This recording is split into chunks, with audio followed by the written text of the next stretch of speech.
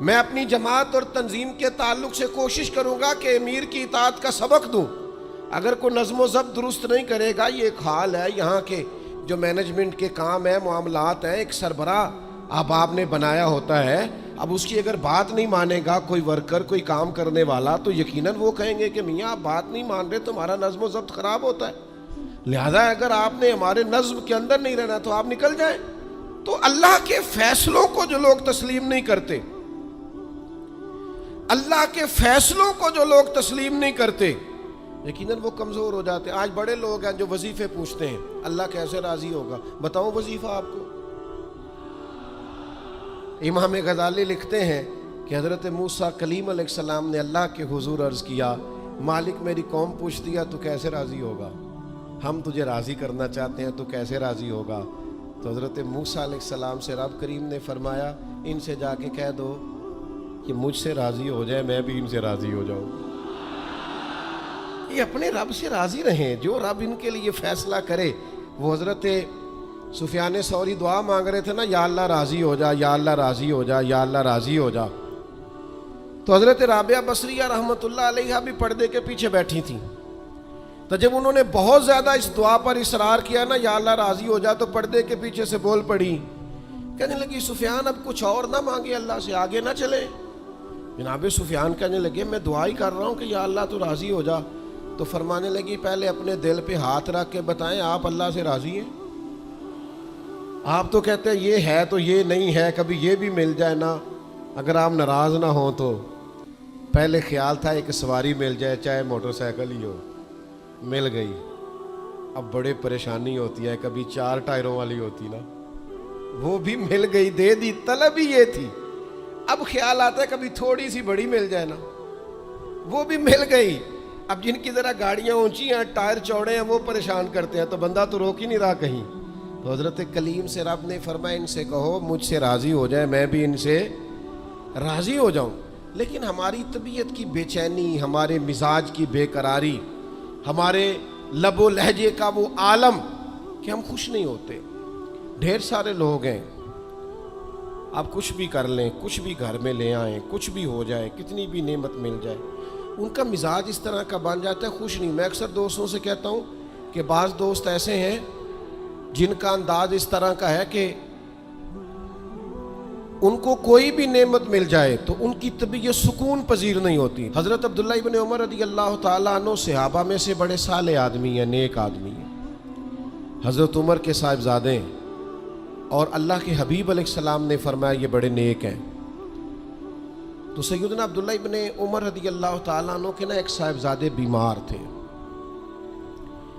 یہ جو بچے بیمار ہوں یا کسی تکلیف میں ہوں تو یہ ماں باپ کو بڑا بے چین کر دیتے ہیں. اپنی بھوک بھی بندہ سہ لیتا ہے، اپنی بیماری اور تکلیف بھی سہ لیتا ہے، لیکن اگر اولاد کسی آزمائش کا شکار ہو جائے، پریشانی کا شکار ہو جائے تو انسان بڑی تکلیف میں آ جاتا ہے. حضرت عبداللہ ابن عمر رضی اللہ تعالیٰ عنہ بڑے پریشان تھے اپنے بیٹے کو لے کر، اور جو ان کے قریبی لوگ تھے وہ محسوس کرتے تھے کہ شدید ذہنی اضطراب میں مبتلا ہیں سیدنا عبداللہ ابن عمر. اللہ کا فیصلہ ایک کرم آیا اور ان کے صاحبزادے کا وصال ہو گیا. جب ان کے صاحبزادے وصال کر گئے نا تو ظاہر ہے کہ بیماری سے بڑا غم تو صاحبزادے کا انتقال کر جانا ہے. تو جنازے کے لیے جو لوگ آئے اور اس کے بعد جو تعزیت کے لیے لوگ آئے وہ کہتے ہیں ہم نے جناب عبداللہ ابن عمر کو بڑا مطمئن دیکھا. ہم نے دیکھا کہ بیٹے کے انتقال کے بعد ان کی طبیعت میں ایک ٹھہراؤ آ گیا، اور آنے جانے والوں کو بڑے اطمینان سے، بڑی محبت سے ملتے، ان کا انداز بڑا منفرد ہو گیا. ایک صاحب نے پوچھ ہی لیا کہ جناب آپ پہلے بڑے بے چین تھے، اب آپ کی طبیعت میں بڑا ٹھہراؤ آ گیا، وجہ کیا ہے؟ تو حضرت عبداللہ ابن عمر فرمانے لگے جب تک وہ بیمار تھا میری ذمہ داری تھا اور میں بے چین تھا. فرمایا میرے رب کا فیصلہ کرم آ گیا ہے اور وہ میرے رب کے حضور حاضر ہو گیا ہے. گویا اب جس بارگاہ میں گیا ہے وہاں رحمت ہی رحمت ملے گی، وہاں کرم ہی کرم ملے گا. اب میں مطمئن ہو گیا ہوں کہ اللہ کی رحمتیں قبر میں اس کا استقبال کریں گی. جب تک میری ڈیوٹی تھی تو میں پریشان تھا، بے چین تھا، بے قرار تھا. اب تو حاضر بارگاہ ہو گیا اور میں اپنے رب کی رضا پہ راضی ہوں. جب تک اللہ نے چاہا بیٹا میرے پاس رہا, اور جب اللہ نے چاہا اللہ نے اسے اپنی بارگاہ میں بلا لیا. میرے بھائیوں یاد رکھیے گا, ہمیشہ اس بات کو اپنے ذہن میں بٹھائیے گا کہ زندگی کے اندر کبھی بھی اللہ کے فیصلوں پر شکوہ کرنا اور اللہ کے فیصلوں پر اظہار ناراضگی کرنا معاذ اللہ, اس سے اپنے دامن کو ہمیشہ بچا کے رکھیں اور پناہ میں رکھیں اپنے دامن کو کہ کبھی بھی انسان اس طرح کا نہ ہو جائے. میں دیکھتا ہوں شدید بے چینی یہ ہمارے ماحول میں, اللہ تعالیٰ معاف فرمائے, جو لوگوں سے شدید ایک دوسرے سے ہماری طبیعتیں کھنچ جاتی ہیں اور تناؤ اور کھنچاؤ پیدا ہو جاتا ہے, اور پھر لوگ ڈپریشن میں چلے جاتے ہیں, حتیٰ کہ بعض لوگ معاذ اللہ انتہائی قدم اٹھاتے ہیں, خودکشی کی طرف بڑھ جاتے ہیں. اور بڑے بڑے پڑھے لکھے لوگوں کا ہم ایسا رجحان دیکھتے ہیں کہ وہ عجیب پریشانی کن گفتگو کرتے ہیں, بس اس کا ارادہ تھا ملک سے باہر جانے کا اور وہ حالات سازگار نہیں ہوئے, کسی وجہ سے نہیں جا سکا. تو بھائی سارے لوگ نہیں جا پاتے. آپ ڈھیر سارے لوگوں سے پوچھ لیجئے گا کہ وہ زندگی میں کچھ اور کرنا چاہتے تھے لیکن اللہ کا ارادہ کرم ان کے لیے کچھ اور تھا. اور یہ ایک ایسی اللہ کی توحید کی علامت ہے کہ